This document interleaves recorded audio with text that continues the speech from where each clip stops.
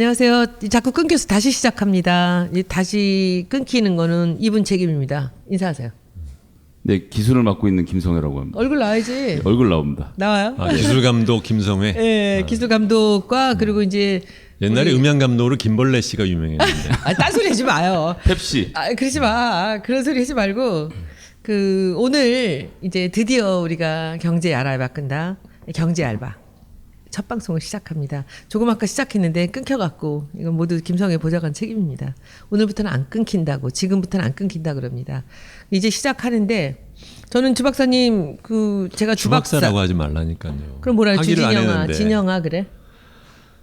뭐 그렇게 하긴 좀 너무 늙었고. 네. 네. 주진영 씨? 제 처가 좋아하는 별명이 있어서 공선생이라고. 공선생. 빌공장가? 그렇죠. 일종의 뭐 그런 건데. 예. 근데 뭐 옛날에 언론인 하시던 김선주 선배께서 저를 부르던 그 별명이었거든요. 그 별명 그냥 쓰는 게 자기가 본인이 마음에 드는 게 아니라 아내가 쓰라 그래서 쓰는 거예요? 제 처가 마음에 들면 뭐 저도 마음에 드는 거겠죠. 이 방송도 처음에 굉장히 머뭇거렸는데 아내한테 물어본다는데 오케이 하셨어요? 네. 손혜원은 믿어도 된다 그러셨죠? 아니요, 그렇게는 말 안 했고, 예. 저는 이제 저보고 뭐 조금 가까이. 뭐라 그러나 그런 거를 강연 같은 거 자기가 보기에는 제가 강연 같은 거를 하면 좋을 것 같다라는 얘기를 하더라고요. 근데 뭐 그래서 그렇지 않아도 손의원이 얘기를 하는 게 있다 그랬더니 뭐 일단 한번 해보고 그리고 뭐 잘 못하는 것 같으면 뭐 그만두고 일단 해보라고. 저는 항상 제가 혼자 이렇게 집에서 놀고 있는 게 항상 배가 아파요. 마음에 안 들어서. 그러니까 뭐라도 좀 해라라고 아내가? 자꾸 하는 편이죠. 예. 근데 7년을 노는 걸 봤어요, 사실은. 우리 증권에서 그만둬갖고 7년을 놀더라고. 그래서 저는 성질이 나빠서 취직이 안 돼서 노나 하고선 제가 굉장히 실물 경제도 잘 알고 그리고 이 마케팅이나 사람을 이렇게 판단하는 능력도 굉장히 상황 판단이나 이런 게 굉장히 빨라요. 그래서 어디 CEO 자리 하나를 추천하려고 그랬더니 그냥 대뜸 한마디로 짝 자르면서 전 싫어요, 선배. 재벌들 돈 벌어주는 건 이제는 안 할래요. 딱 그래서 그냥 7년을 놀더니 여행 다니면서 놀더니 하나증권을 들어간 거예요. 그래서 왜 들어갔냐? 재벌들 돈 벌어주는 거 싫다면서 왜 갔냐 그랬더니 그냥 하고 싶은 대로 나한테 전권을 준다 그래서 3년만 해보려고요 라고 해서 갔어요. 그래서 굉장히 독특한 사람인데 하여튼 여러분들이 이렇게 공적인 자리에서 주 박사 공 선생을 만나게 된 것은 참 다행이라고 생각을 합니다. 이 경제 알아야 바꾼다라는 이름을 공 선생이 만들어줬어요. 그랬더니 뭐 댓글에서 어떤 사람들은 제가 네이미스트 자리를 물려줘야 된다 막 이렇게 얘기를 하는데 이거 카피 아니에요? 정치 알바? 그렇죠.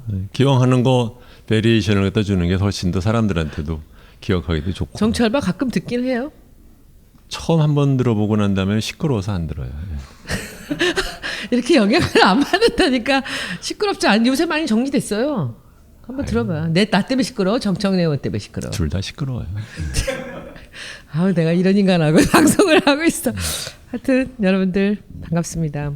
제가 이 경제 알바 시작하면서 공 선생하고 해보고 싶은 얘기가 있습니다. 우리 둘이 이제 합의를 본 건데 구체적으로 어떤 구성을 한 건 아닙니다. 그런데 이 청년 문제를 경제학자가 보는 해법, 경제학자가 풀어가는 우리나라 청년 문제를 갖고 일단은 몇 번에 걸쳐서 한번 얘기를 해보려고 합니다.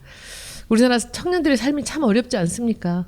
네. 공부하기도 어렵고 학교 들어가기 입시 얼마나 어렵습니까? 그리고 또 취업 너무 큰 문제죠. 그 다음에 결혼, 그 다음에 출산. 이것이 다 어려우니까 인구가 줄어가는 것 같습니다. 그래서 정부에서는 이 어려움을 알면서도 뭐 하나 시원하게 해법을 제시하지 못하는 상황입니다. 이 상황에서 주 박사님 어디서부터 시작할까요? 참 제일 어려운 문제부터 시작을 해가지고 요번 이제 2월 달에 더불어민주당 총선 공약단 일을 시작을 해서 왔을 때 청년 당인가요? 이런 대표들이 있었잖아요. 이제 그 사람들이랑도 얘기를 하는데 그 당시 제가 좀 느꼈던 게 하나는 뭐냐면 자꾸 무슨 직접적으로 뭔가 쓸모 있는 공약을 만들어내자라는 그러한 욕구들이 굉장히 강했어요. 근데 저는 청년 문제는 그렇게 한두 가지 무슨 원샷 할 수 있는 그런 이슈가 아니라고 보거든요. 그래서 자꾸 그러니까 어떻게 보면 청년 문제라는 것은 전체적인 경제가 갖고 있는 문제가 소위 말하면 이제 고용률 상이 이제 올라가지 않는다. 고용이 팽창하지 않는다는 문제로 나와서 그 중에 이제 하나가 청년의 문제인 것인데 그걸 자꾸 큰 문제는 안 보고 작은 걸로 돌이켜 좁혀가지고 얘기를 풀면 그건 일종의 뭐라자면 대증요법 그리고 효과도 없는 대증요법밖에 안 나온다. 이제 그런 얘기를 갖다 했었거든요. 근데 왜 그러냐면 근본적으로 청년 문제라고 우리가 말하면은 이제 첫 번째로는 이제 취업 문제잖아요. 그렇죠? 대학교를 들어가고 졸업을 했는데 취직이 안 된다. 취직이 안 되는 이유는 새로운 잡이 안 나오기 때문에 그런 것인데 그 이유는 결국은 경제 성장률이 떨어졌기 때문에 그러는 것이거든요. 그러면 경제 성장률은 왜 내려갔느냐? 경제 성장률의 를 올리는 방법이 그러니까 기존의 경제 구조를 놔둔 채 경제 성장률만을 올려서 풀 수 있는 문제가 있고 아니면 경제 성장률은 뭐 비슷할지는 모르지만 경제 운영하는 방식을 바꿔서 해결할 문제가 있는데 이 두 문제는 총선 공약이나 대선 공약이나 이런 또는 뭐 한두 가지의 정책으로 풀 수 있는 문제가 아니에요. 그래서 근데 그렇게 얘기를 하면 그렇게 말해서는 뭐 표 얻는데 뭐 쓸모가 없다 그래서 아니 공약을 갖고 표를 얻어야 된다고 생각하지만 그렇다고 해서 뾰족한 방법이 없는데 억지로 쥐어짜면 그것은 나중에 가서 더 부담이 된다. 이제 그런 얘기를 했었거든요. 이 부분이 근데 여기 이제 문제가 뭐냐면은 주 박사 이제 공 선생께서는 이것이 뭐 하나 갖고 해결이 될 수가 없는 일이다라고 얘기를 하시지만 이제 정치권에서는 이 총선이나 대선에 공약을 할 때 사람들한테 달콤하게 입에 한 번에 넣어줄 수 있는 걸 원하거든요. 그런데 그것을 하려면은 미리 준비를 해서 많은 것을 검토한 그렇죠. 다음에 그것이 엑기스가 돼서 하나가 탁 나와야 되는데 그렇죠. 미리 준비 안 하고 있다가 그 마지막 한순간에 뭔가 그냥 바로 지키지도 않을 거 그냥 공약으로만 그치고 말 그럴 공약들을 내놓는 거죠. 그래서 지금 이제 우리 공 선생 얘기하시는 것도 들어보면 이렇게 넓게 얘기를 하면은 귀에 하나도 들어오지 않아요. 그리고 이것이 무슨 해결책인가라고 느끼거든요. 참 어렵습니다, 사실은. 저도 이 청년 문제를 이 시작으로 삼기에 상당히 어렵지만 이것은 해야 되는 얘기거든요. 그래서 지금 이제 제가 보기에는 이제 여기서 제일 이 청년들한테 와닿는 것은 취업입니다. 부모님들한테 느끼는 건 교육이고요. 입시고. 그래서 저는 옆에서 보면 저도 대기업에 들어가서 이제 지금까지 한 40년 동안을 직장생활 14년을 하고 이렇게 살아왔지만 이게 또 우리 때하고 또 많이 다르지 않습니까? 근데 저는 왜 지금 이렇게 모든 대학생들이 대기업만 들어가려고 하는가에 대해서 항상 의문을 갖고 있습니다. 혹시 여기서부터 우리 얘기를 좀 풀어나가면 어떨까요? 그렇죠. 이제 그게 어떻게 보면 뭐 모르고 물어보신 거겠지만 사실은 핵심 문제겠는데 뭐냐면 모르고 물어봤다고 이렇게 딱 찍어놓고 하는 건 뭐니 진짜? 아니 뭐 그냥 나 모르고 물어봤는 거 맞거든요. 네. 그러니까 뭐냐면 이제 제가 하는 얘기가 우리나라가 잘 보시면 크게 보면은 사회가 크게 보면 둘로 갈려져 있어요. 하나는 원청에 속해 있는 부분이 있고 또 하나는 이제 하청 부분에 속해 있어요. 원청은 이제 되게 뭐냐면 공무원, 그 다음에는 공기업, 그리고 대기업. 요게 이제 말하자면은 원청이에요.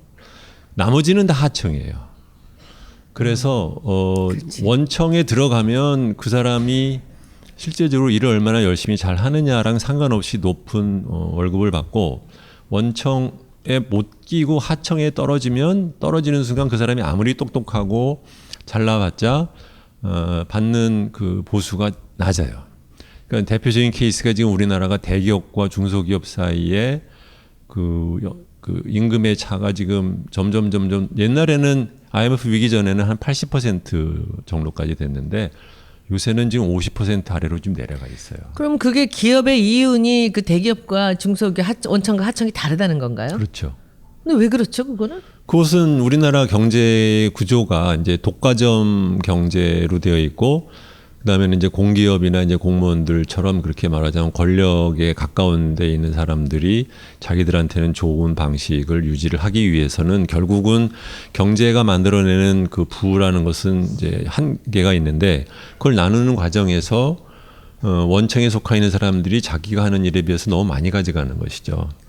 그렇기 때문에 예를 들면 이래요. 그러니까는 정규직과 비정규직 얘기를 하지만 대기업 비정규직이 중소기업 정규직보다 훨씬 돈을 더 많이 받아요.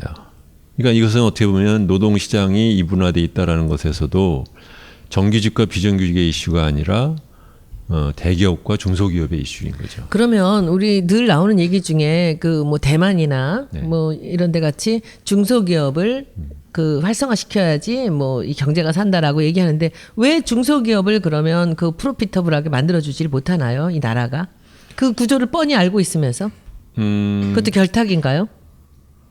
그렇죠. 뭐냐면 이것은 이제 일본에서 대기업 위주의 경제 운영을 하던 그 방식을 저희들이 이제 따라온 거예요.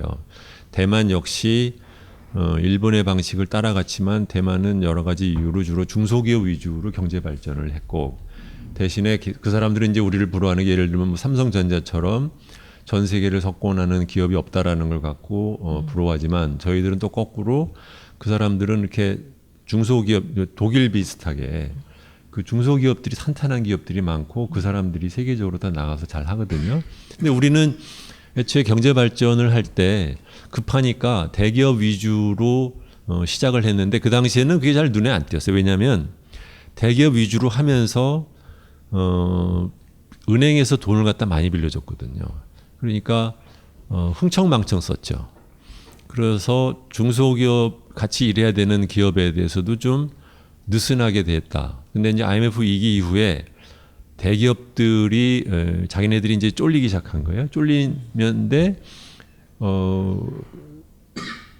자기네들이 그러면서도 이익은 내야 되니까, 그러니까 이제 점점 중소기업을 더 쥐어짜는 쪽으로 가게 되고, 그러니까 우리나라에서 대기업과 중소기업 사이의 임금 격차가 처음에 아마 90년대 초에 한 90% 하다가 90년대 중반에 한 80% 정도로 내려가다가 IMF 위기 이후에는 꾸준하게 내려와서 이게 지금 48인가까지로 내려와 있는 거거든요. 그러니까 이것은 근본적으로는 우리나라 경제 구조가 대기업 위주로 되어 있고 독과점 위주로 되어 있고 이것은 쉽게 바꾸기 굉장히 어렵다. 한번 굳어지고 나면 그 문제가 지금 있는 거예요. 그 대기업과 중소기업을 나누는 그 기준은 도대체 매출과 직원의 수를 어떻게 나누나요?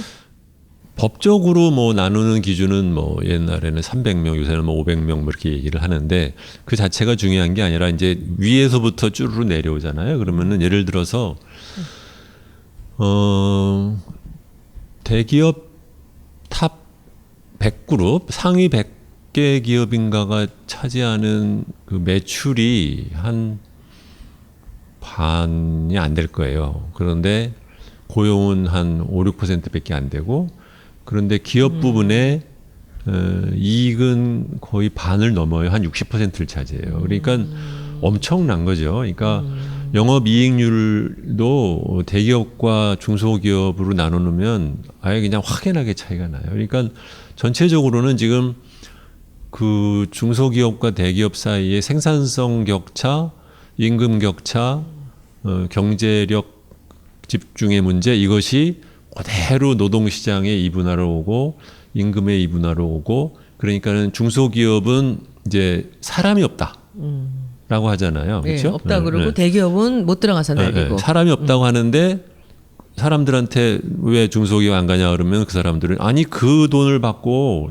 맨날 야근하는데 이렇게 된단 말이죠. 그러면 중소기업주한테 물어보면 그렇게 주면 자기네들이 망한다. 지금도 뭐 이익률이 2, 3%인데 이걸 더 주면 뭐 어떻게 하라는 말이냐. 이제 이렇게 되거든요. 그러니까 이것은 딱히 누구를 찝어가지고 무엇을 바꾸면 된다라고 이렇게 말할 수 있는 문제가 아니고 일종의 사람으로 치면 체질에 관련된 거라서 그러면 지금 그러면 대기업의 그 봉급 수준이 중소기업보다 더 훨씬 많기 때문에 모든 그 대학생들이 대기업만을 원한다라는 그런 말씀이잖아요. 거죠. 네. 그럼 그것을 맞춰줄 수 있는 방법은 없나요? 정부라든지 뭐 어떤 대책으로 뭐 지원을 해준다든지 할 수 있는 방법이 그것만 맞춰주면 중소기업도 갈 수 있나요?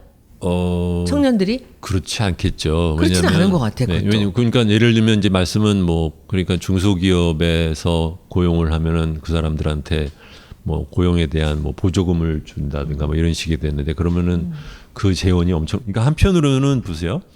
그 나라 전체적인 생산성이 있기 때문에 자기네들이 만들어내는 부가가치가 있는데 그 중에서 이익이나 임금으로 가져가는 대기업에서 많이 가져간다고 하면 어떻게 보면은 그 고정되어 있는 숫자에서 더 가져가는데 그것을 정부가 보조를 해준다 그러면 정부는 그럼 어디서 돈이 생겨서 하느냐 뭐 이런 문제가 되잖아요. 그러니까 이것은 그렇게 그 뭐 보조 이런 식으로 풀 일은 아니에요. 그럼 좀 강제로라도 대기업이 이익을 조금 덜 받게 만들고 중소기업이 이익을 좀 늘려가는 방법은 없나요?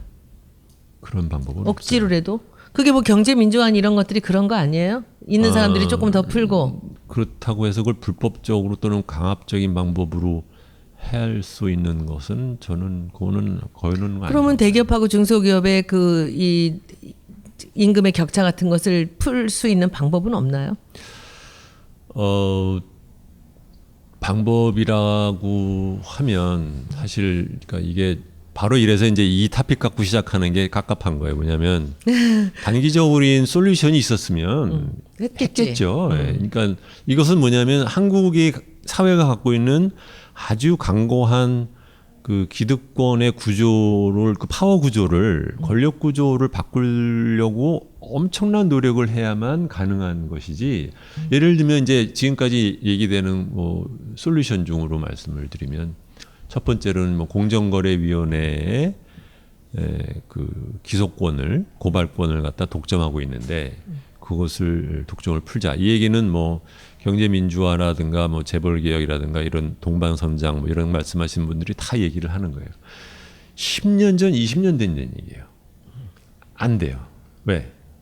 그것에 갖고 있는 폭발력. 첫 번째로는 공정거래위원회에 속해 있는 공무원들이 그 권한을 놓고 싶어 하지 않고 두 번째로는 만약에 이것이 전속고발권이 풀리면 그러면은 기업인들은 공정거래위원회 퇴물 관료들을 갖다 놓고 1년에 한 4, 5씩 줘가면서 무마할 수 있는 방법이 없어지고 이제 검찰을 상대를 해야 되니까 골치가 아프고 무섭죠. 그렇죠?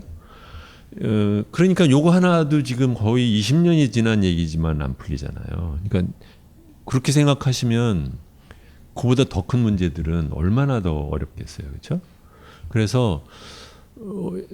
그래서 이제 정치 또는 뭐 경제를 알아야 뭐 정치 또는 정치가 바뀌어야 경제가 바뀐다 이런 얘기를 하는 이유 중에 하나가 바로 그런 것인데 이런 이분화 사회적인 원청과 하청으로 나눈 이것은 굉장히 많은 복합적인 현상이 결과적으로 나타낸 대표적인 병상이고 이 병상을 고치려고 하려고 하면 그 주요 원인들 하나하나를 조금씩 천천히 고쳐나가는 방법밖에 없지 그것을 갑자기 단기간에 한두 개를 고쳐서 해결할 수 있는 문제는 아니라는 그런데 거죠. 원청과 하청의 하청이 분리되어 있는 것이 문제가 아니라 지금 아까 말씀하셨듯이 원청과 하청의 이익률이 다르다는 것 때문에 문제 아닙니까? 그래서 임금이 달라지는 건데 제가 보기에 이 일이 뾰족한 답이 없다고 하더라도 이익률이 같을 바야 굳이 하청을 시킬 일이 없지. 그런데 그 기술이 좀 다르잖아요. 예를 들면 자동차를 만드는 사람들이 부품 하나하나씩을 자기네가 다 한다 그러면 너무 구조가 커지잖아요. 규모가. 그렇죠. 그런데 이제 이런 거죠. 그러니까 하청 우리나라 예를 들면 자동차 기업 얘기를 하면 좋은 얘기가 되겠네요. 대표적인 병리적인 현상으로 말하는 게 이제 왼쪽 바퀴를 대는 사람과 오른쪽 바퀴를 대는 사람이 임금이 다르다. 그러니까 그 안에서 정규직과 비정규직에 따라서 그렇지만 현대 자동차에서 비정규직으로 바퀴라도 가는 사람이 1차 납품업체의 정규직보다 더 많이 받아요. 그러니까 뭐 현대자동차의 경우에는 거의 뭐 9천만 원, 1억을 생산직이지만 받는데 거기에서 비정규직으로 일하면 한 6천 정도를 받는다고 하면 1차 밴더의 정규직이 그보다 좀 못 받거든요. 그럼 1차 밴더에도 또 비정규직이 있어요. 그다음에 1차 밴더 뒤에 또 하청업체가 또 있어요. 그러니까 근본적으로 왜 하청을 두느냐?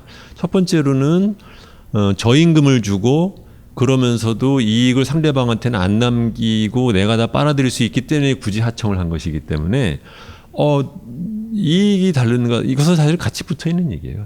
근데 이것은 어떻게 보면 사회 문화적인 이슈도 있는 것 같아요. 왜냐하면은 저번에 그 지난주에 말씀드릴 때도 그 얘기한 것 같은데 일본도 이 문제가 있어요. 그렇죠? 일본에서 갖고 온 거니까 계열사 하청 문제 이런 것인데. 근데 일본은 하청업체도 나름 월급을 좀 제대로 주고 이익도 좀 나게 하는 그러한 그 사회적인 전통이 좀 있어요.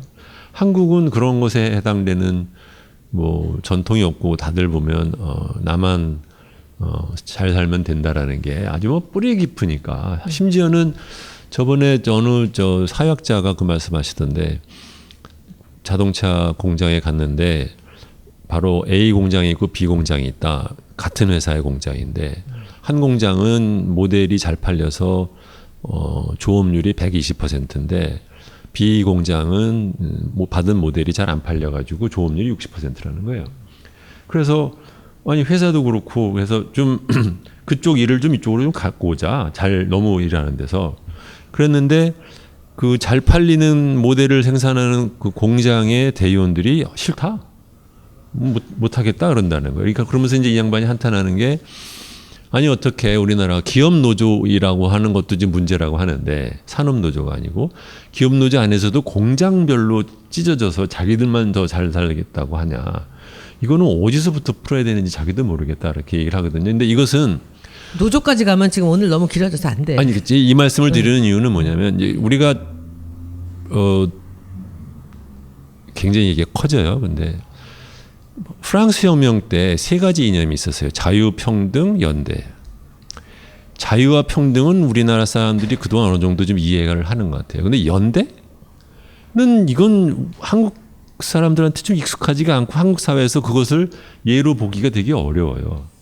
그러니까 저는 이제 이것을 우리나라 조선 시대부터 그 굉장히 심한 그 신분 의식, 신분 사회에서 커가지고 같이 잘 해보자라는 것보다는 나만 어쨌든 간에 노비가 아니고 나만 어떻게 상nom을 벗어나 양반되면은 그냥 난 모르겠다라는 그런 그 문화적인 코드가 여전히 한국 사회에 깊이 박혀 있는 건 아닌가. 그렇기 때문에 노동운동도 비정규직 노동이 90%고 대기업 노조는 10%인데 그냥 그대로 고착화된 채 노조 뭐도 전혀 지금 사회개혁의 어떤 추진력을 갖다 발휘를 못하는 걸로 그냥 남는 것도 있고 그래서 이거는 이게 뭐 꼭 무슨 뭐 특정 정치 세력 또는 특정 뭐가 잘못해서가 아니라 한국 사회가 전체적으로 갖고 있는 그 연대의식의 그 결여라는 것이 대기업 위주의 그다음에 너무 지나치게 그 경제력이 집중되어 있는 거 이런 것들이 다 버물려서 이루어진 결과이다라고 생각을 해요. 그래서 이것을 근데 그것 중에서 매년 일단 직업이 대기업이 됐든 중소기업이 됐든 비정규직이 됐든 정규직이 됐든 잡이 있는 사람은 느끼지만 아예 직업이 없다 처음 이제 직업 취업 전선으로 나오는 사람들은 아주 심하게 아예 기회부터가 없으니까. 네, 이제 거기서 생기는 문제인 거죠. 그런데 이제 이 얘기는 한 번에 끝날 얘기는 아닌 것 같아요. 그리고 이제 듣는 분들도 굉장히 어려운 얘기거든요. 그러니까 제가 조금 다른 방향으로 각도를 한번 풀어보겠습니다.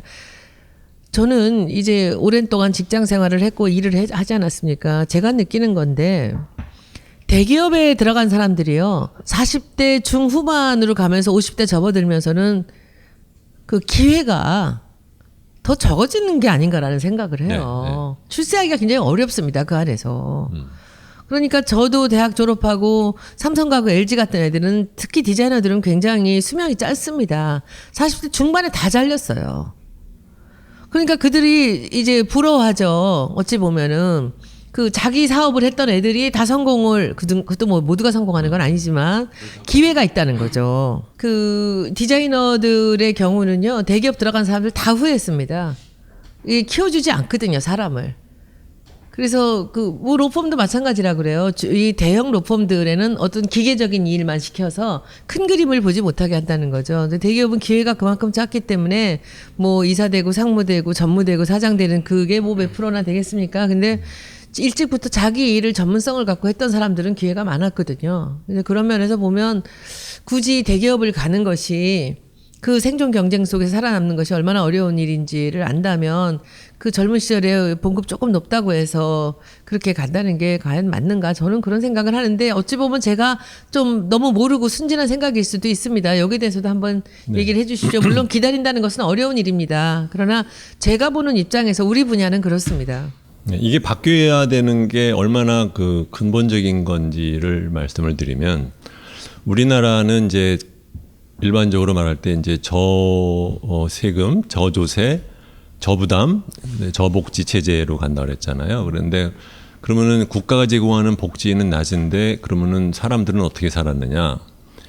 회사가 주는 복지를 갖고 사는 거예요. 뭐냐면 대기업에 속해 있는 사람들은 뭐 애들 뭐 등록금 같은 것도 막 대주고 뭐 건강보험료도 막 다 대주고 뭐 장인 장모 돌아가셔도 뭐 돈 대주고 이런 식으로 굉장히 다른 나라에 비해서는 좀 방만할 정도로 복지가 잘 돼 있는 사내 복지가 잘 돼 있는 게 하나 있고 두 번째로는 젊은 사람과 나이 많은 사람의 임금 격차가 너무 커요.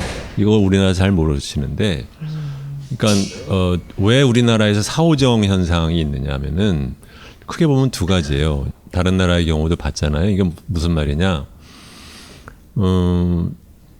초임 말하자면 뭐 사원 대리의 월급에 비해서 부장급의 월급이 너무 높아요. 이것은 교사도 마찬가지입니다. 초임 교사 대비 고참 교사의 월급이 보통 2배, 3배가 이렇게 넘어가는데 이게 선진국에서는 그렇게까지 차이가 안 나요. 왜냐하면 기본적으로 생산성에 따라가는 임금인데 우리는 연공에 따라가는 임금이고 연공에 따라가는 임금이 생산성이랑 너무 괴리가 나니까 나중에 가서는 이 사람이 하는 일에 비해서 너무 많은 돈을 주니까 회사가 몰아내고 싶어하는 인센티브가 하나 있는 것이고 그렇죠. 두 번째로는 방금 말씀하신 대로 사람을 안 길러요. 안 기르는 것 플러스 자기도 일을 안 해요. 아 진짜? 이 사람들이 보면 외국의 경우에는 직급이 올라가도 자기가 일을 굉장히 많이 일을 해요. 하죠. 근데 예, 우리나라는 맞아. 조금만 높아지면 시켜. 네, 대리만 돼도 네. 사원 시키고 네, 과장만 돼도 대리 시키고 그런데 그렇게 하다 보면은 그렇게 소위 말하면 자기가 직접 기한을 안 하고 일을 안 하고 한 5년만 지나도 그다음부터 머리가 굳어져요. 펜대 들고 빨간 글로 첨삭하는 것만 몇 년 해보세요. 전문성 완전히 떨어지거든요. 그러면 그다음엔 자기가 살아남을 수가 없는 거예요. 그러니까 이게 두 가지가 있죠. 그러니까 하나는 임금 구조가 지나치게 초임 대비 고참의 월급이 너무 높은 것.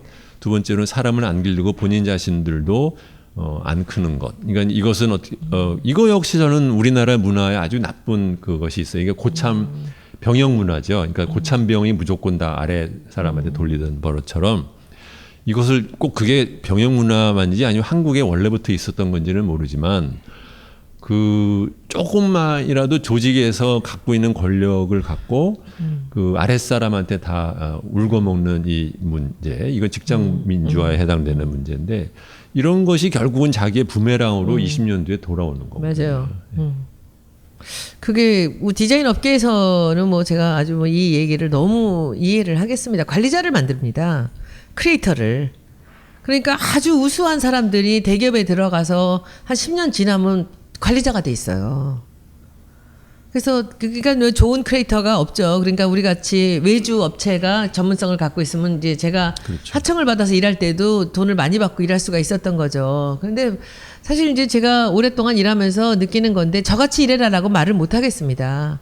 그런데 이 대기업을 선호하는 이 청년들한테 해주고 싶은 말은 어딜 가든지 자기 전문성을 키워야지 오래 살 수 있다라는 얘기를 해주고 싶어요. 돈을 벌든지. 그리고 자기가 전문성을 키워놓으면은 초임은 좀 적게 받을지 모르지만 3년, 4년, 5년, 10년쯤 됐을 때는 그때는 프리미엄 가치가 붙거든요.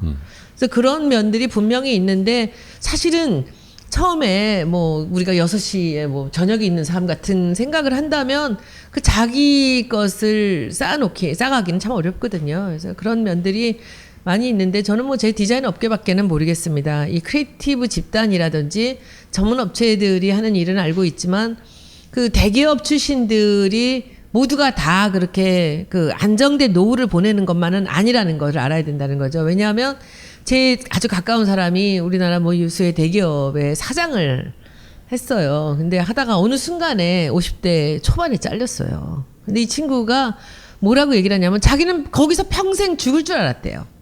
자기 인생의 끝까지 거기 있을 줄 알았대요. 그래서 아무것도 준비를 한 적이 없대요.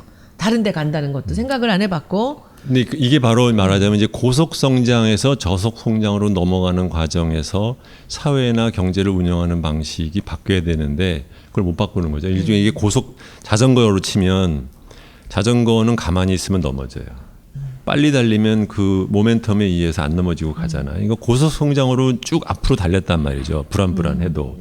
그래서 그 덕분에 여러 가지 문제가 숨어 있었는데 이게 저성장이 되면서 말하자면 자전거로 치면 속도가 늦어졌어요. 그러니까 휘청휘청하고 넘어지는 거예요. 그러면은 바퀴를 하나를 더 달든가 다른 걸로 바꿔야 되는데 계속해서 그 방식을 갖다 고집을 하니까 우리가 지금 이렇게 되는 거죠. 그래서 그러니까 이 고성장에서 저성장으로 넘어간다는 것은 단순하게 경제 성장률의 숫자가 내려갔다라는 것만이 아니고 예를 들면 이렇게 보죠. 옛날에 우리나라가 고성장을 할 때 저도 사실은 뭐 유학 가기 전에 궁금했던 것 중에 하나가 그거였어요. 뭐냐면 우리나라는 막 7, 8% 하다가 경제 성장률이 6%면 불경기다 막 이랬단 말이죠. 근데 외국은 매년 2%, 3% 경제 성장률이에요. 근데도 그런데도 뭐 고용 다 일으키고 다 잘 먹고 살아요. 문제가 없이. 저것이 왜 그렇게 되는 걸까? 그러니까 우리는 그 고성장을 하지 않으면 단박에 넘어지는 그런 위태위태하고 그런 불안한 구조를 갖고 있었던 것이고 서양은 2, 3% 경제 성장을 해도 넘어지지 않는 구조를 갖고 있었던 것이고 그 차이가 있는 것인데 이제 우리가 지금 2, 3%가 되었으면 거기에 따라서 그 운영하는 방식을 바꿔야 되는데 우리나라 사람들은 지금 뭐 이명박 때도 그랬지만 어떻게 어떻게 무슨 비책이 있어가지고 다시 6, 7% 경제 성장률을 누군가가 뭐 내려주지 않을까라는 거에 홀딱 속아가지고서 뭐 747이니 이런 데로 한번 속았고 한번 속았는데 또 속을 것 같지는 않으니까 이제 뭐 경제 민주화를 이제 박근혜 씨가 이제 갖고 나온 거잖아요. 이제 그런 식으로 저성장에 따라서 우리가 지금까지 알았던 일본에서 갖고 온 고성장에 기초한 모든 사회 경제적인 운영 방식을 하나씩 바꿔야 된다. 바꾸는 과정은 아마 엄청난 고통을 겪을 것이고 그 과정에는 아마 예를 들면 이제 IMF 위기도 그 중에 하나였지만 그때 제대로 저희들이 못했던 것이고 그게 벌써 20년 됐어요. 20년 동안 무엇이 얼마나 바뀌었나 생각하면 참 안타까운데 저는 그래도 조금 요새 와서 희망이 있다고 보는 것은 과거의 모델이 다시 돌아오지 않는다. 소위 말하면 이제 기다려봤자 소용없다. 그런 소리 하는 사람 믿을 것 하나도 없다라는 것에 대해서 국민들이 어느 정도 인식이 되어야 그 다음에 뭐가 넘어가는 것이지 자꾸 옛날 거 자꾸 내놔라고 자꾸 정치인을 상대로 그 지청구를 늘어봤자 이건 소용이 없는 거예요. 그건 그 사람들이 할 수 있는 문제가 아니에요. 이건 우리가 하나하나가 왜 이렇게 되었는지에 대한 이해를 하고 그 과정에서 고통이 따를 수밖에 없다라는 것에 대한 인식을 사회 전체적으로 공감대를 이루지 않으면 그러면 그 누가 나서도 말하는 순간 뭔 소리냐라고서는 반발에 일어날 거니까. 근데 이제 그것이 국민들이 옛날에 10년 전에 노무현 정권 나타났을 때만 하더라도 그런 것에 대한 인식이 부족했었고, 그러니까 그걸 알고 이명박 씨가 또 그런 식으로 이용을 했는데, 지금 충분히 나빠졌는지 아니면 더 나빠져야 되는지는 제가 잘 모르겠어요. 그렇지만 저는 옛날부터 항상 하는 소리가 이건 더 나빠져야 좋아진다. 지금처럼 가뭇가뭇하면 사람들이 자꾸 뭐 딴 게 없을까라는 것은 미련이 남는다. 그래서 미련이 없어질 때까지는 현재를 바꾸기는 어렵다. 그렇다고 하면 기껏 할 수 있는 것은 뭐냐면 퇴보 정도는 막는 게 아니라 정권 교체를 통해서 뭐 대단하게 우리가 이번에 바꿀 수 있는지 모르겠지만 적어도 지난 9년에 걸친 그 시대착오적이고 유신잔당들이 다시 나타나가지고 휘두르는 그 꼴은 좀 안 볼 수 있지 않을까 뭐 그런 생각을 해요. 그러면 이제 다시 원점으로 돌아가서 이제 이 첫 방송은 이제 마무리할 때가 됐습니다. 그래서 오늘 주 박사님이 뭔가 좀 분위기가 사는 것 같아요. 그래서 잠깐 첫 방송 끝내고 쉬었다가 2부로 바로 들어가서 2회 방송으로 오늘 당장? 예, 30분 더 하겠습니다. 근데 첫 번째 이제 청년 얘기를 제가 꺼내는 바람에 이게 너무 어려운 얘기고 이제 답도 없는 얘기를 갖고 이렇게 가장 답답한 얘기를 꺼내셨어요. 그렇지만 답이 없어도 우리는 이 얘기를 하지 않으면 맞아요. 안 됩니다. 그래서 참 어렵고 저는 뭐 우리가 그 취업을 할 수 있는 곳은 대기업 아니고도 여러 곳이 있다라고 하지만 당장 그 임금의 격차도 굉장히 심한 격차 때문에 중소기업을 가라. 그 너무 대기업만 가려고 하지 말고 가리지 말고 좀 취업을 해라라고 말씀을 드리기도 상당히 어렵습니다. 그러나 거기에서 좀 어떻게 우리 경제학자의 입장 말고 정부 사람들의 입장 말고 당의 입장 말고 이 청년들의 입장에서 그래도 우리가 여기서 위로를 주고 뭔가 희망을 줄 수 있는 얘기가 청년이라고 하면 이제 그게 뭐 꼭 대학생만을 뜻하는 건 아닐 거예요. 그러니까 는 이제 보면 이제 지금 뭐 20대, 30대 뭐 이런 사람들일 텐데 제가 그런 우리가 지금 바꿔야 되는 것 중에 하나가 그런 게 있어요. 우리나라 복지 정책을 쓰는 버짓이 있어요. 그거 상당히 수십 조에 해당되는 돈이 있는데 이거에 상당한 큰 문제가 뭐냐면 이게 원청업자를 통해서 나가게 돼 있어요. 그건 중요한 얘기네. 네. 그러니까 직접 사람들한테 직접 주머니에다 꽂아주는 방식으로 안 가고 뭘 하면 꼭 예를 들면 무슨 뭐 청년 고용을 증진해서 2조를 매년 쓴다는 거잖아요. 근데 그게 어디로 가는지도 모른다 그러잖아요. 실제로 200몇 개의 프로그램이 노동부 산하에 운영하고 하고 있어요. 각각 뭔지. 근데 그거 누가 합니까? 노동부 공무원이하고 노동부 공무원이랑 연결되는 무슨 공단이니 뭐니 하는 뭐 연수업체니 뭐니 돌아가잖아요. 그러니까 이게 꼭 이 원청업자들에 속해 있는 그룹을 통해서 나머지 사람들이 깨평을 받는 구조예요. 제가 이 부분을 보면요. 정부 예산도 그렇습니다. 이번에 제가 이 문체부 예산을 봤더니 교육부랑 예산이 적지 않습니다. 그런데 이것이 이렇게 단계를 거치면서 나중에 마지막에 이 손끝이랑 머리끝에는 영향이 가질 않아요. 그들한테는 혜택이 없고 중간에서 너무나 많은 그 용역이니 뭐니 형식에 맞아요. 나가는 돈이 너무 많은 거예요. 그러니까는 제가 이번에 그런 얘기를 했어요. 우리 보좌관하고도 이 예산만 제대로 볼 수 있다면 이 정부를 운영하는 데 있어서 더 예산을 늘리지 않고도 많은 사람들한테 혜택을 줄 수 근데 있겠다라는 그게 얘기를 했거든요. 근데 이쪽도 마찬가지고. 초선 의원 눈에도 보여요. 그게 재선 초선은 의원, 눈이 없나? 삼선 의원한테 안 보였겠어요? 근데 못 바꾸죠, 그렇죠? 왜 못 바꾸냐? 우리나라의 힘을 갖고 있는 사람들이 다 그 버짓에서 중간에 뜯어먹는 걸로 사는 사람들이 너무 많아요. 그래, 맞아. 그러니까 그 사람들을 빼는 순간 난리가 나는 거죠. 저는 그렇게 하지 않을게요. 끝까지 지키고 여기서 감시를 예산 감시만 제대로 해도 저는 문체부나 교육부에서 많은 일들이 있을 것 같고요. 그래서 오늘은 너무 길어지면 방송이 좀 지루하다고 그럽니다. 그래서 오늘은 큰 해법을 드리지 못해서 너무 죄송하지만은 일단 이 얘기를 우리가 시작을 하면서 첫 방송을 그리고 일부에서 그 올라온 댓글 중에서 네네. 뭐 질문이나 뭐 네, 해서 제안이 이제 있으면 2부에서 다시 한번 거기에 대해서 말씀을 나누겠습니다.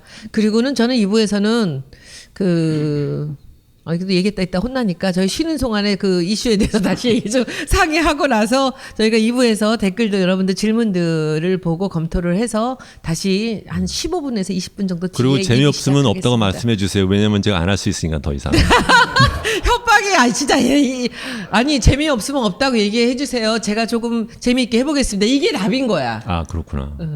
재미없으면 없다고 얘기해 주세요. 제가 안 할 수도 있으니까. 잘못했습니다. 이게 모르니까. 예. 이거 그래서 일부에서 나왔던 얘기 중에 그 댓글 중에 제일 재밌었던 것 중에 하나는 공 선생하고 손 선생이 하니까 공손한 경제 알바 하자. 제목이 좋은데? 네. 좋다. 그래서- 나는 좋은데 예. 좋을 거야. 그죠? 네. 어머 공손이네. 네, 공손한 경제 알바로 제목을 해서 재밌겠다는 생각 들었고요. 나머지 댓글들은 좀 더 보고 말씀 다시 네네. 나누도록 그럼 하겠습니다. 20분만 쉬었다가 거기다 중간에 오두방정 김성회 해가지고 손오공 하면 오두방정 아니야. 오두방정 하라고. 알겠습니다. 하여튼 우리 상의를 해서 20분 동안 쉬겠습니다. 여러분들 잠시 있다 돌아오겠습니다. 네, 이제 브레이크 타임을 끝내고 다시 이 마무리를 마무리를 합니다. 2부는 아니고요. 1부 마무리고 이제 우리 오늘 방송한 것은 그 라이브가 지난번보다는 많이 좋아졌지만 이 인터넷 상태가 조금 불안정해서 중간에 2번 끊겼습니다. 이것도 이제 조정을 해서 좀 더 개선하도록 하겠습니다. 소리는 잘 들리시죠? 지난번보다? 영상도 이제 조금씩 다 우리가 진화시켜 나가겠습니다. 오늘은 공개 방송이 아니었고요. 저희가 이제 안에서 여기 직원들하고만 같이 일을 준비를 했는데 한 분이 공개 방송인 줄 알고 단 한 분의 외부 관객이 오셨습니다. 근데 이분이 오셔서 이제 우리 휴식 시간 동안에 여러 가지 질문을 주셨는데 전문가세요. 일당 100을 하시는 관객이 오셨습니다. 그거보다는 인물이 좋아서 인물이? 출연시키기로. 인물 되게 봐. 난 학벌만 따지는 줄 알았더니 인물도 보시는구나. 그래서 박지종 선생님, 이 대중문화 평론가십니다. 인사 잠깐 하시고요. 예, 안녕하세요. 박지종입니다. 예, 갑자기 사실은 그냥 공개 방송인 줄 알고 경제 얘기 들으러 왔다가 갑자기 이렇게 나오게 돼서 일단 본인 반갑습니다. 소개 잠깐 하시죠. 예, 저 대중문화 평론가로 지금 활동하고 있고요. 어떤 활동하세요? 글도 쓰고요. 네. 그다음 방송도 하고 있습니다. 글은 이제 뭐 다양한 매체에 좀 기고를 하고 있는 편이고요. 방송은 뭐 OBS 뉴스앤이슈에 뭐 고정하고 있고요. 그다음에 뭐 SBS나 뭐 MBC 뭐 이런 방송에서 인터뷰 가끔씩 하고 있습니다. 그래서 오늘 우리 중간 시간에 여러 가지 질문을 주셨는데 그 내용들이 여러분들이 함께 공유하시면 좋을 것 같아서 이제 함께 자리를 해서 오늘은 이 질문 시간을 이 박지종 선생과 함께 하겠습니다. 그동안 지금 앞에 방송 들으시고 느끼신 바들을 하나하나 잘라서 저 또는 주 박사한테, 공 선생한테 질문 주시면 저희가 답을 하면서 이번 첫 강의에 이제 이 마무리를 이 피드백에 대한 부분들을 하겠습니다. 말씀 주시죠. 예, 일단 공 선생님이 얘기해 주신 그 원청과 하청에 대한 이야기는 저는 되게 놀랐어요. 사실 원청과 하청의 개념으로 경제를 바라본 적은 한 번도 없었던 것 같아요. 그러니까 저도 경영학과를 나왔지만 이 경제 문제가 원청과 하청의 문제다라는 이야기를 들을 수 있었던 것만으로도 사실 온 거는 정말 잘 왔구나, 잘 들었구나 하는 생각을 했고요. 한 가지 좀 여쭤보고 싶은 것 중에 하나가 그렇다라면 이 원청과 하청의 문제에서 이 청년들이 취업 정말 하고 싶어하고 그리고 대우도 정말 잘 받고 싶어하는데 그거를 해결할 수 있는 방법이 정말 아무것도 없느냐. 아까 얘기해 주셨던 걸로는 여러 가지를 다 동시에 많이 해야 될 것 같은데 그래도 뭔가 눈에 띄는 그래 이런 걸 하면 그래도 조금 좋아질 수 있겠다 하는 걸 사실 경제를 잘 모르는 입장에서는 듣고 싶거든요. 혹시 그런 게 있는지. 어떤 면에서 특히나 이 취업과 소득 부분에서요. 없어요. 제가 보기에는 특별하게 그런 방법은 그렇게 아까도 말씀드렸듯이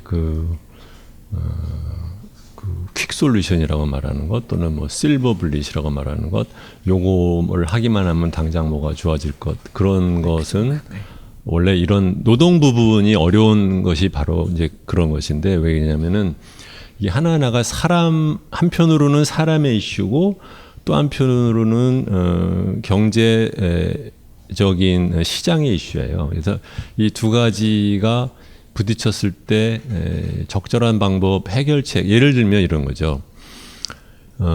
청년 실업이 높다라는 문제는 요것은 한국만에 있는 게 아니고 전 세계적으로 거의 모든 나라가 지금 갖고 있는 문제인데 그것에 대해서 사람들이 그 원인이라고 하는 것은 알고는 있어요. 뭐냐면 소위 대기업에 해당되는 것 또는 그 사람들을 치면 이제 노동시장에서의 노동 유연성이 떨어지는 문제 때문에 청년 실업이 애초에 기회가 안 주어지는 것 때문에 높아진다라는 것에 대해서는 거의 뭐 전 세계적으로 정책을 하는 사람들은 다 동의를 하지만 문제는 그것을 타파하기 위해서는 기존의 그 현재 노동시장 안에 들어가서 누리고 있는 사람이 무엇을 어떻게 내놓을 거냐라고 하는 것에 대한 사회적인 대타협이 있어야 되는데 그걸 만들어내기는 너무 어려운 거예요. 그래서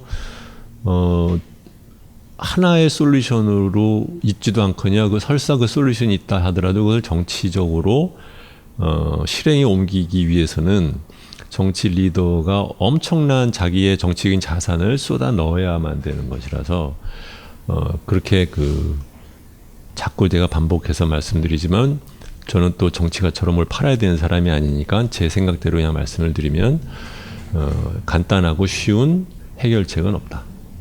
그렇게 생각합니다. 그런데 그 뒷 대답을 해주셔야지. 그러니까 앞부분이 그러면 복잡하고 어렵지만 그 정치가가 자기의 그 어떤 강한 에너지로 장기적으로 이거를 한다면 풀 수도 있다라는 얘기잖아요. 그렇죠. 이제 그러면 이제 원래대로 구조를 원청과 하청이라는 개념으로 놓고 보면 그럼 원청과 하청은 어디서 생기는 거냐? 근본적으로는 권력의 집중에서 생기는 거예요. 경제 권력의 집중, 국가 권력의 집중에서 생기는 거죠. 왜냐하면 예산만 하더라도 우리나라는 예산을 국회가 만들지 않고 정부가 만들어요. 그렇죠? 정부가 제출하는 거예요. 증액을 할 수도 없어요. 증액은 정부가 동의를 해줘야 되는 거예요. 감액만 할 수 있어요. 그렇죠? 이거 한번 해보셨으니까 느끼셨잖아요. 뭐 정부한테 뭐 좀 문제를 들이대면 정부가 그러지 말고 슬쩍 뒷돈으로 당신 지역구에 뭐 예산 좀 올려줄게라는 식으로 해서 뭐 풀어가려고 하는 말이에요. 그렇지만 결국은 돈줄은 대기업의 그 재벌이 경제 권력이 한편으로는 갖고 있고 또 한편으로는 그 관원이라고 제가 보통 말하는 그 원청에 속하는 그 공무원과 관료와 공기업 섹터에 있는 사람들이 국가의 버짓의 한 20%에서 30%죠. 그러니까는 일반 정부만 생각하면 GDP의 20%라고 했지만 공기업 부문까지 치면 또 이것도 한 30%가 넘는 거거든요.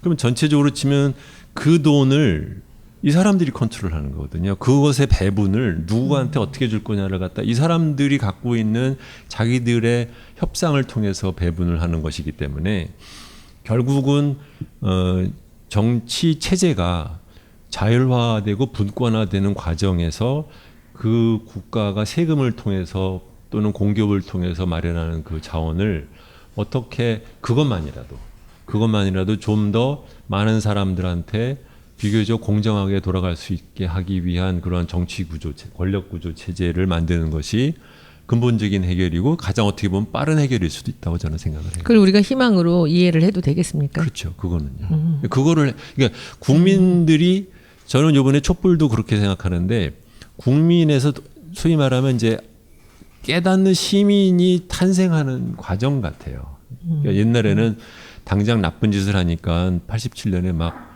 나가서 독재자를 뒤집어 엎자라는 생각을 했지만 그 뒤에 이 나라를 어떻게 하자는 것까지는 생각을 못 했었는데 그동안 한 30년 지나고 이명박과 박근혜 덕분에 9년 동안 하는 것을 보면서 가만히 있어봐. 이게 그냥 우리가 기대만 하고 있으면 아무것도 안 되는구나. 우리가 뭔가를 알아서 우리가 바꿔야 된다는 요구를 구체적으로 하지 않는 한 이 체제가 안 바뀐다라는 것에 대한 레슨을 글쎄요. 이게 10년으로 충분했을지 15년, 20년을 해야 될지는 모르지만 적어도 그걸 깨닫기 시작한 주체 세력이 소위 말하면 풀뿌리 새 옛날에 뭡니까 이 소고기 파동 같은 것은 어떻게 보면 약간은 감정적으로 잘못 간 면이 있다고 하지만 요번엔 훨씬 깨어 있는 그 시민의 그룹이 탄생한 거 아니냐. 저는 사실 제가 토요일마다 매주 나가면서 그냥 항상 느끼는 게 이 감시 세력이 무서운 감시 세력이 생겨난 거예요. 근데 이 정직하게 그 정의롭게 자기 길을 가든 사람들은 그 감시가 두렵지 않아요. 같이 힘을 합해서 시너지가 될 수 있는데 이제 거기서 다른 짓을 하던 사람들은 이제 그 세력을 두려워해야 되는 거죠. 함부로 못할 거라는 거죠. 그 안에 저는 정부도 있고 재벌도 있다고 생각을 합니다. 아까 말씀하신 거 이제 마무리를 말씀드리고 그걸 아까 말한 거랑 연결시키면 그렇기 때문에 저는 국가가 그 국민들한테 지급하는 여러 가지 복지 재정이라든가 아니면 뭐 경제 개발 재정 이런 것들을 되도록이면 중간업자를 빼고 직접 주는 체제로 가야 된다고 항상 얘기를 하는데 예를 들면 문교부 교육부 네, 교육부 교수들이 한탄을 해요. 예를 들면 총장이 교육부에 가가지고 사무관을 만나기도 힘들거니와 심지어는 사무관은 앉아있고 총장은 서서 얘기한대요. 왜? 교부금이 있거든. 네, 교육부에서 한 2조 정도의 교부금이 있어요. 이 교부금이 공돈을 갖다 그냥 받는 거거든요. 마음에 드는 데 주는 거야. 그러기 때문에 총장이 사무관 옆에 서서 있는 거예요. 근데 이 돈이 누구 돈이에요? 국민 돈이에요. 그러니까. 이런 식으로 각 부처마다 지들이 주무르는 교부금이 다 있어요. 그러니까 지방 정부는 그 돈을 갖다 무조건 따내면 다 내 돈이니까 하나씩 다 파견을 갖다 사무소를 다 두고 앉아 있어요. 왜 그렇게 하냐는 거지, 그렇죠? 이 숨어 있는 돈을 보기 시작하면 막 분노가 나오는데 이제 이런 것 하나 하나를 그러니까 다시 원리적으로 말하면 근본적으로는 권력에 집중해서 생기는 문제다. 그렇기 때문에 경제 권력이 됐든 행정부 권력이 됐든 정치 권력이 됐든 분화시키는 데서부터 해결책을 찾아야 된다. 그래서 다시 이제 그 질문에 대한 마무리를 제가 하겠습니다. 쉽지 않은 일이지만 오래 걸리는 일이고 단호한 이 어떤 이 정권의 그 수뇌부가 그러니까 대통령이 제가 보기에는 단호한 그 의지를 갖고 시간이 가야 해결하는 일이지만 우리가 정권을 교체하고 이 사람들이 그런 굳은 마음을 갖는다면 이것은 충분히 할 수 있는 일이다라고 결론을 내도 되겠죠. 그렇게 부정적으로만 하면 우리는 절망하거든요. 청년은 특히나. 그래서 그렇게 1차 질문은 마무리를 하고요. 두 번째 또 질의 아까 얘기 중에서 나왔던 얘기 중에. 예, 그 한 가지 또 제가 이제 의원님 이야기를 들으면서 생각을 했던 건데 의원님께서 말씀해 주신 거는 그러니까 대기업에 들어간다고 해도 나이를 먹으면 언제 잘릴지 모르니 자기의 전문성을 좀 키워보고 사업을 해보고 뭐 자기 뭔가를 해봐라라는 이야기를 이제 해주셨는데 사실 굉장히 오랫동안 들어온 말이기도 해요. 심지어는 우리 MB의 입에서도 저희가 들었던 얘기이기도 해요. 싫다 그건 진짜. 왜냐하면 열심히 해라. 그러니까 네가 열심히 하고 네가 노력한다고 하면 꼭 대기업이 아니라도 작은 기업에 가더라도 너는 성공할 수 있을 거고 너는 잘할 수 있을 거다. 내가 다 해봤는데 뭐 이런 식의 이야기의 논조가 사실은 계속 있어 왔어요. 그러니까 자꾸 국민에게 성장을 강요하는 듯한. 그러니까 네가 공부를 더 열심히 하고 네가 뭔가를 찾아내고 네가 전문적인 걸 해라. 라는 느낌. 근데 사실 요즘 청년들이 가지고 있는 어떤 안타까움은 나 성공하고 싶어라기보다는 나 생존하고 싶어인 것 같아요. 그래서 대기업을 가려고 그나마 그렇게 노력하고 애쓰는 이유는 그나마 대기업을 가야 내가 조금 더 사람답게 살면서 생존할 수 있기 때문에 뭐 30년 후에 잘리고 그 경쟁 이게 중요한 게 아니라 내 자신이 살아남을 수 있을 것 같기 때문에 그리고 그렇게 중소기업이나 이런 데를 안 가려고 하는 이유는 일단 가면 그 자리에서 시작해서 더 이상 꿈을 꿀 수 없기 때문에 더 이상 발전하는 모습도 안 보이고 그래서 내가 정말 아주 뛰어난 전문가가 되는 그 상위 1%들의 얘기거든요. 그 전문가가 돼서 잘 되는 것 그런 거 말고 그냥 보통 서민들이 적당히 자신이 하고자 하는 노력을 했었을 때 충분히 먹고 살고 행복하게 될 수 있을 만한 어떤 정치적인 토대, 사회 경제적인 토대 이런 것들이 이루어질 수 있을까? 그거는 뭐 지금 말씀 들어보니 사실은 제 기준으로 얘기를 하면은 그 청년들이 들으시기에 더 절망적이고 뭐 너는 그래 성공했지만 뭐 우리한테 왜 그런 어려운 일을 이제 선택하라고 하느냐. 그것도 희망도 사실은 1% 상위 1%도 안 될 겁니다. 제가 사과하겠습니다. 그거는 제 생각이었지만 지금도 그런 생각이 머릿속에 저는 있지만은 어려운 시절을 살았고 저희도 근데 그런 부분들이 있지만 제가 보기에 그런 오해의 소지가 있거나 그것이 도움이 되지 않는 얘기라면 제가 다시는 그런 얘기는 꺼내지 않겠습니다. 지적해 주셔서 감사하고요. 충의가 두 가지가 있는 거죠. 뭐냐면은 각 개인으로서는 더 노력을 해야 되고 더 잘하려고 뭔가를 찾아야 된다라는 그 자체는 맞는 말이지만 그것이 그렇다고 해서 그것이 사회적으로 그것이 다 해결해 주지는 않는다라는 것을 우리 논의의 레벨이 두 개가 섞여 있는 것이죠. 근데 이제 직종에 따라서도 그것이 많이 다른 것 같아요. 그것이 열심히 일을 해서 이것이 눈덩이 같이 커져서 그 자기 커리어로 쌓여서 그 전문적인 그런 기술을 갖게 되는 직종이 있는가 하면 그렇지 않은 직종이 있거든요. 저는 그것도 참 좀 이게 평등하지는 않다라는 생각이 들어요. 그러니까 그 어느 시점까지만 되면은 기술이 평준화가 되는 그런 직업이 있잖아요. 그리고 우리 같은 이 창의적인 직업들은 자기 노력에 의해서 많은 성장을 할 수가 있거든요. 그런 기회가 있고 물론 어려운 시절을 거치면서 그래서 뭐 직업별로 다 똑같은 성장을 해야 되고 똑같은 월급을 받아야 되고 하는 것은 뭐 그거는 뭐 이 자유주의 국가에서 맞지 않는다고 생각은 합니다. 그러나 모든 사람들이 저같이 열심히 일해서 뭔가 성취를 하고 뭐 이렇게 한다라고도 그것도 맞지 않는 얘기예요. 네. 여기서 맞습니다. 생각난 김에 하나 말씀을 드리면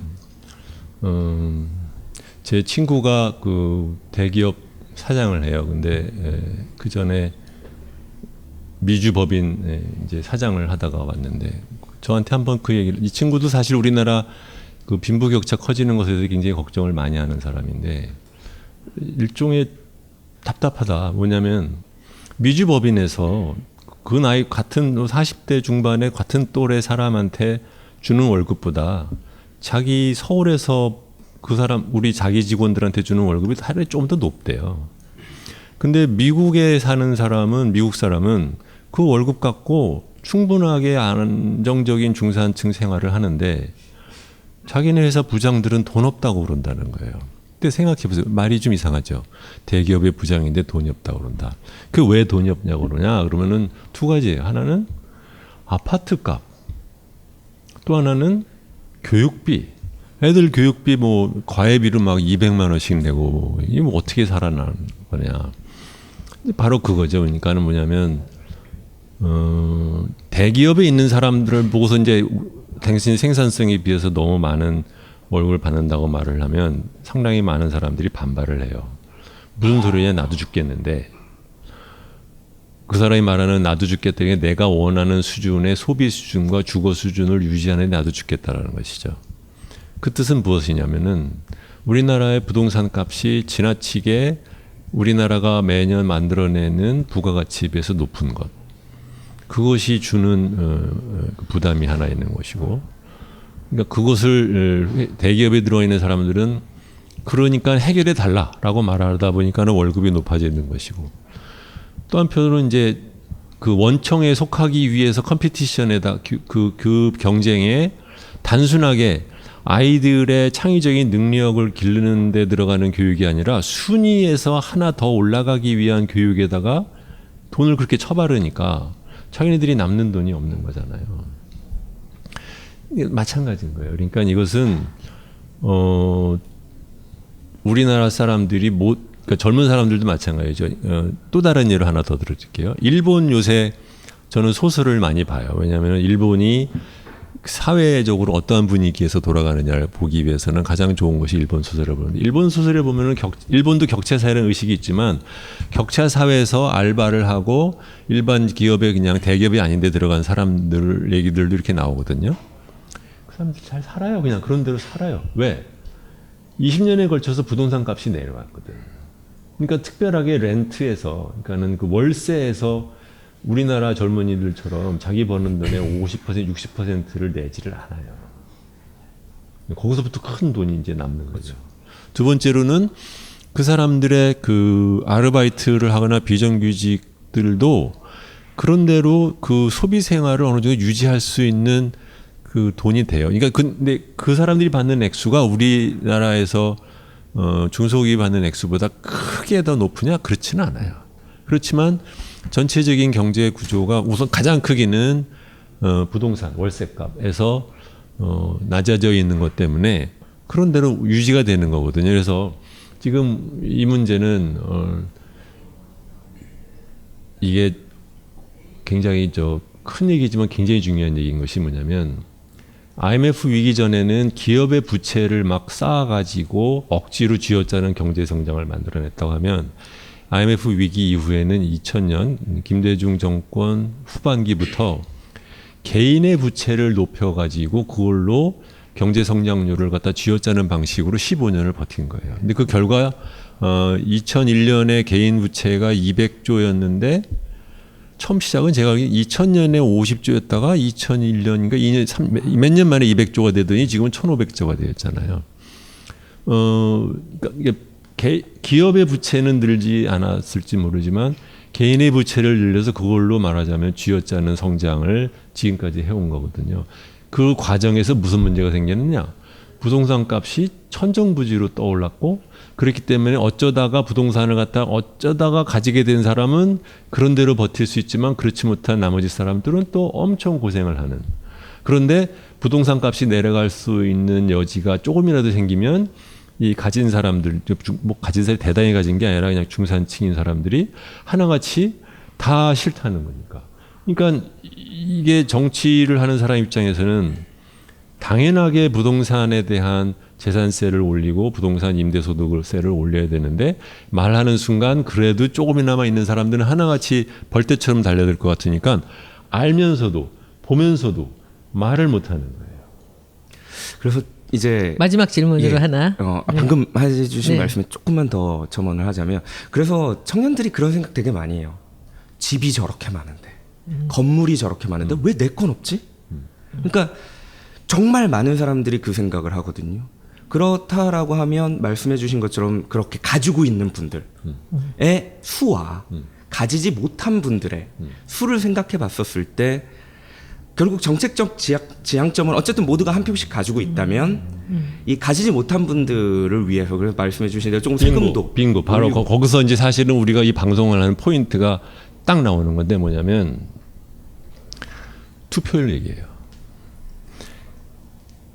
가진 사람들, 어쨌든 간에 조금이라도 재산을 가진 사람들의 투표율이 훨씬 높고 재산을 가지지 않은 사람들의 투표율이 낮으면 그러면 세상은 바꿀 수가 없는 거거든요. 4년 전에 문재인 후보가 나왔을 때 박빙이었던 가장 큰 이유는 그 당시에 20, 30대 투표율이 그 전에 9년 전에 정동영 후보 때 그 투표율보다 20%인가 올라갔어요, 제 기억에. 정동영 씨는 젊은 사람들이 보기에 전혀 아닌 사람이었거든요. 그러니까 그냥 포기를 해버리고 아예 아무도 투표를 안 했지만 문재인 씨가 왔을 때는 조금이라도 희망이 있어서 그랬는데 이번에 이제 결국은 이거죠. 그러니까 그래서 불평만 하지 말고, 그러니까 그 돈을 가진 사람과 안 가진 사람은 다른 면에서는 싸움을 하면 잽이 안 돼요. 근데 보통 선거라는 게 무서운 멋있다, 것이 이거. 그치? 나이가 20살 아무것도 모르는 사람과 저 같은 사람 어쨌든 똑같이 한 표야. 그렇죠? 이건 엄청난 의미를 갖는 거예요. 그렇죠? 돈을 가지고 있는 사람이나 돈을 가지지 않은 사람이나 똑같이 한 표야. 이게 4년, 5년에 한 번 돌아와. 그런데 그것을 갖다 휙 날리고 난다면 우리는 미래가 없어. 자격 없는 거예요. 그러니까 우리가 이 방송하는 이유도 왜 20, 30대가 이 사회가 바뀌기 위해서는 우리가 무엇을 구체적으로 해야 되느냐에 대해서 얘기를 통해서 근본적으로는 투표율이 올라가서 바꾸는 방법밖에 없다. 제 말이, 저는 이 정치권에 처음 들어와서 제가 느낀 게 왜 20대 투표율이 왜 50%대에 있느냐 말이죠. 그리고 왜 불만을 얘기해요. 그래서 제가 이번에 이 대선에서는 청년의 투표율을 70%까지 올려보겠다. 너네들이 살 세상을 너네들이 바꿔라. 이 얘기를 해주고 싶은 거예요. 그래서 우리가 이 공선생하고 이걸 시작하면서 처음부터 우리 컨셉은 청년들이 어떻게 이 정부에 대해서 이 나라에 희망을 갖느냐.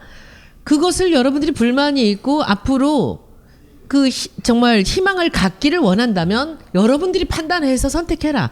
투표율이다. 우리를 뽑아라는 얘기가 아니에요. 당신들이 선택해라라는 거죠. 투표율이 낮은 이유는 사실은 뭐 젊은 사람들의 탓이라기보다는 젊은 사람들이 신뢰하고 믿을 만한 그런 정치 지도자가 나오지를 않았기 때문에 이제 그런 것이잖아요. 그래서 그래 무관심하니까요. 무관심이라는 것은 어떻게 보면 이제 기본으로 까는 거고 자기들한테 특별하게 이익이고 불이익을 따질 것이 아니라는 그런 포기가 아니었을까요? 투표를 안 하는 것은 나하고 관계없다? 그게 제가 느낀 건 그랬었어요. 이명박 대통령 때부터 갑자기 급속도로 대기업이나 이런 데서 주최하는 청년 캠프 이런 것들이 시작이 돼요. 아, 그래요? 그러면서 열정 멘토들이 막 등장을 하고 그래서 열심히 노력하면 너희들이 성공할 수 있다라는 식으로 그러니까 정치나 사회 구조의 문제를 개인한테 돌리기 시작하는 거예요. 그러면서 20대들은 착각을 하게 돼요. 화려하거든요. 아, 내가 노력을 더 해야 되는구나. 나는 그 처세술 책들 보면 아주 예. 미쳐버리겠어요. 저도 비슷한 걸 하나 써가지고 할 말은 없습니다만 그런 거예요. 그러니까 아프니까 청춘이다인 거예요. 그러니까 너희들이 지금 노력하면 그래서 막 열심히 노력하면 잘 될 거야라고 착각을 주니까 내 문제가 정치 문제라고는 생각을 못했던 청년들이 많이 있었어요. 그때는 이제 막 쫓아다니고 막 멘토들 쫓아다니고 막 공부하고 막 이러면 바뀔 거라고 생각을 했던 거예요. 그대로 하면은 성공할 네. 줄 알고. 근데 이제는 좀 그 인식이 깨진 것 같아요. 내가 노력한다고 될 상황은 아니구나. 그래서 포기했나? 전 또 시스템이 바뀌어야 되는 거예요. 한편으로는 다른 생각하는 게 이번 촛불 집회를 보면서 특히 느끼는 건데 뭐 탄핵이 부족하다 남는다 이런 얘기를 하지만 어쨌든 20대 30대들 저 같은 40대들이 이제 아이들 데리고 광장으로 나온 거거든요. 나왔더니 대통령이 실제로 탄핵이 됐어요. 그러니까 탄핵까지 국회를 밀어붙였어요. 아 이걸 보니까 자신감이 내가 생긴다. 뭘 하면 되는구나라고 생각을 맞아요. 해서 실제로 연초에 여론조사들을 해보면 20대가 대선 전인데 투표를 하겠다는 비율이 지난번 대선에 비해서 확 올라왔다는 거. 이게 뭔가 내가 정치의 효능감을 느끼고 그렇지. 내가 하는 거, 내가 움직이면 뭔가 될 수 있겠구나라는 생각이 생겼기 때문에 저는 이 방송이 그래서 여기서 중요하다고 이제 찬물을 끼얹으면 원래 투표 의사율과 실제 투표율 사이의 차이가 가장 많은 게 20대예요. 근데 이제 그래서, 그럼에도 그때까지는 불구하고 그랬겠지만 2012년 거보다 의사율이라도 높다는 게 저는 희망이 있다고 보는 거고 그래서 이 그렇긴 방송이 하죠. 전 중요하다고 생각하는 게 그러면 어떤 경제 우리가 실제로 나아질 수 있는지에 대한 그림이 있는 건지를 여기서 저희가 보여줄 수 있는 단초가 아닌가 그런 저는 생각을 해봅니다. 청년을 위한 그 경제 정책이라든지 그런 희망을 주는 그런 경제 이야기를 하고 싶은 게 이 방송의 목표입니다. 그래서 당장은 아닐지 모르지만 아까 말씀드린 것처럼 고성장에서 저성장으로 넘어간 것을 이미 기본으로 놓고 나면 이 우리 사회를 재설계를 해야 돼요. 그런데 이 재설계가 하나하나가 당장 되지는 않겠지만 멀리나마 무엇을 어떤 방향으로 바꿔야 되느냐에 대한 얘기를 지금부터라도 젊은 세대들이랑 얘기를 갖다 하면서 그 사람들도 그 사람대로 또 생각을 하겠죠. 근데 그 과정을 우리가 아마 앞으로 한 10년, 20년을 거쳐야 될 거예요. 지금 이제 마무리로 네. 댓글 몇 개를 한번 좀 보여드리겠습니다. 그 이제 심각한 마지막 그 질문은 제가 맨 마지막으로 돌리고요. 그러니까 이렇게 얘기를 해요. 의식주만 해결되면 그래도 좀 살만하겠는데라고 얘기를 해요. 그런 사람이 있고 그렇지만 그 밑에 또 댓글이 뭐냐면 의식주 플러스 사교육비 문제다는 거죠. 그렇죠. 돈 벌어서 전혀 아무리 돈을 벌어도 그 아무리 일을 열심히 해도 그 사교육비 대기가 너무 어렵다. 그러니까 애를 사교육비 낳기 문제는 어렵다는 다시 거죠. 말씀드리면 원청 하청이 있는 한 바꿀 수가 없어요. 예, 그것도 원청 하청이군요. 네, 요거는 우리 그것도 다음번 원청 하청. 시간에 그 한번 다음번에 하기로 하고요. 그 다음에는 이런 거죠. 사는데 불안감만 없으면 이렇게 그렇죠. 치열하게 살지 않아도 된다는 거죠. 그래서 아까 그 박 선생 말씀에서 그래 모든 인간이 치열하게 죽기 살기로 살 필요는 없는 거야. 그거는 연금과 실업보험의 문제예요. 그렇죠. 그래서 그런 부분들에 대한 얘기가 있어요. 그래서 그러면 우리가 그 연금 얘기 그리고 이제 실업보험 얘기 그리고 그다음에는 우리 아까 그 의식주에서 특히 그렇죠? 그래서 여기서 우리가 왜 결혼을 안 하는가? 그리고 왜 출산을 하지 않는가? 여기가 이제 이런 댓글에서 좀 나오거든요. 그래서 이런 댓글들이 댓글이 수천 개가 지금 달리고 있습니다. 근데 여기서 이제 마지막 질문 하나 하고 이제 마무리하겠습니다. 재벌 개혁은 정말 가능한 일입니까, 공 선생님?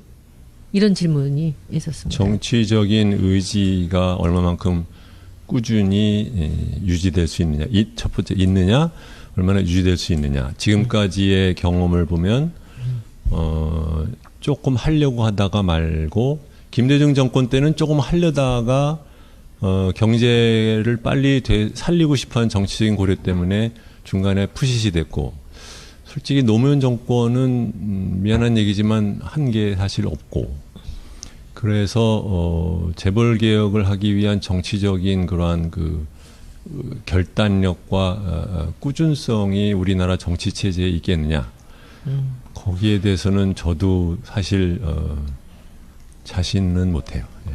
그러니까 이게 대통령 한 사람의 의지로만 될 수 없나요? 그러면 조금은 있어요. 조금은 있는데 얼마나 네. 강하게 오래 지속되느냐라는 그렇죠. 문제라는 왜냐면은 거죠. 이제 재벌들은 보나마나 이제 뭐 경제가 나빠진다. 또 뭐 보수 언론은 또 뭐 난리를 칠 거 아니에요. 옛날에 기억하실지 모르지만 노무현 정권 때 뭐 경제를 뭐 아예 뭐 저 버련 대통령이라는데 그 당시에 경제 성장률이 5% 6%였어요. 그랬는데 뭐 난리를 치는데 2%일 때는 뭐 경제가 우선 박근혜 정부를 욕하는 언론들 있나요? 별로 없잖아요. 그러니까 이런 식으로 국민들이 이 언론을 통한 그 조종 이런 것을 갖다 얼마나 국민들이 잘 이겨내느냐 이런 것도 있고 해서 가능성이 당연히 있죠. 그렇지만 그것을 얼마만큼 정말 할 수 있을지에 대해서는 자신하기지는 못한다. 뭐 그렇게 말씀드린 게 맞습니다. 네, 오늘은 이제 이게 한 번 쉬고 한 번은 끊어지면서 이제 3번으로 나눠진 이 방송을 이제 마무리를 하려고 합니다.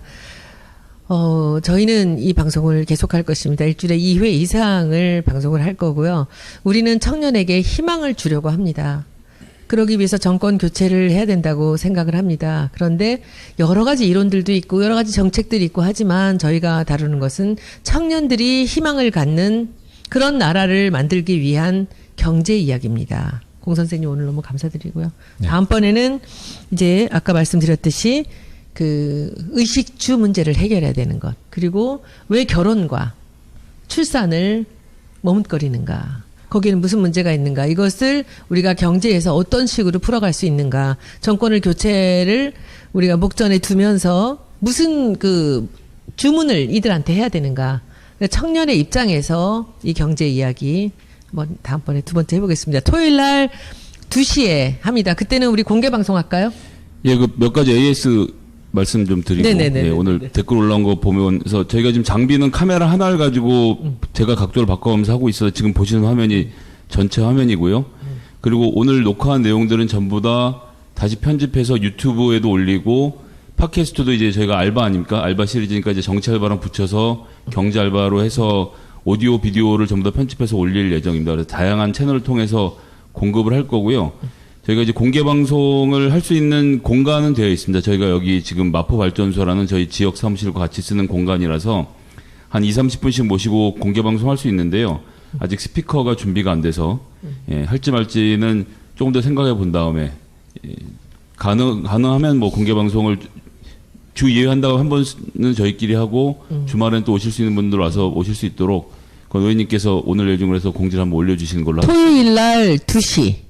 에 방송을 합니다. 그런데 공개 방송에서 굳이 뭐 마이크가 없더라도 네. 내가 보기에는 박수 쳐주고 거기서 뭐 질문은 여기 나와서 서서 마이크 대고 해도 되니까. 공개 방송 안 하니까 호젓하고 좋은데요. 그래요. 근데 뭐 본인 마음대로 할 수 있는 건 아니에요. 그러니까 그건 제 마음입니다. 그래서 저는 토요일 날은 한 20분 정도만 해서 그렇게 좀 열기를 좀 느끼면서 할 수 있을 것 같아요. 근데 댓글 보니까 주 박사님 공 선생님 팬이 너무 많아지는 것 같아서 공 선생님 팬 관련돼서 말할 하나 더. 수도 없어. 양복 말고 캐주얼 입으셔도 되게 멋질 것 같다고. 토요일은 캐주얼 한번 입고 오시면 어떻겠습니까? 저더러 제 옷 어디서 샀느냐는 질문들이 너무 많이 올라오는데 이거는 우리 여기 마포 뒷골목에 가면은 프랑스에서 공부하고 온 그 셰장이라는 젊은 여성분들이 만드는 맞춤복입니다. 비싸지 않고요. 기성복 정도인데 그 너무 많이 가시면은 이분은 혼자 하기 때문에 옷을 많이는 빨리 못 만들어요. 그래서 거기서 맞춰 입고 또 어떤 분은 저한테 어디서 협찬 받는다는데 협찬 안 받고요. 그냥 오랫동안 입었던 제 옷들입니다. 그래서 여러분들 제가 그리고 매번 이렇게 방송에 옷을 좀 갈아입고 있는 거 다 꺼내놓고 하나씩 갈아입고 나오는 거는 제가 이 옷을 입은 날은 청년의 오늘은 이제 취업에 관련되는 걸 했다는 걸 제가 옷을 보면서 기억을 해요. 그래서 국조 때도 그렇게 했고요. 그래서 그렇습니다. 그러니까 자잘한 질문들 또 게시판에서 주시면은 제가 답할 수 있는 것 그리고 우리 공 선생님이 또 답할 수 있는 것 하겠습니다. 저도 이런 기회를 통해서 공부도 많이 하게 되고 이렇게 정말 돌직구 같은 이런 얘기들을 들으면서 아주 조금 더 저도 머릿속이 이렇게 편하게 좀 밝아지는 듯한 느낌이 있습니다. 저는 오늘 하면서 저도 가슴이 답답한 게 뭐 시원한 해결책이 있으면 뭐 왜 말을 안 하겠어요? 근데 원래 이러한 문제는 시원한 해결책이 이렇게 탁탁 나오는 것이 아니기 때문에 근데 처음부터 시원한 해결책이 나올 수 없는 문제를 갖고 얘기를 하니까 하면서도 저도 한 마음이 좀 답답해요. 그래도 그 신라 같은 희망은 있다라는 정도는 우리가 얘기를 할 수 있지 않습니까? 거꾸로 저는 이렇게 생각해 보냐면 개인적인 경험이기도 하지만 절망의 바닥까지 가야 희망이 생겨요. 이 정도는 바닥 아닙니까? 바닥인지 아닌지는 지나봐야 알아요, 항상. 근데 오늘 뭐 댓글에서 많은 분 중에서 우리 공 선생님이 노라고 말할 수 있어서 너무 좋다. 그러니까 안 된다고 이야기하고 희망이 없다고 말하는 데서 사람들은 더 희망을 찾는 것 같아서요. 저는 뭐 아주 좋았던 것 같습니다. 여러분들 시청해 주셔서 감사합니다. 우리는 토요일 날 다시 2시에 다시 돌아오겠습니다. 감사합니다.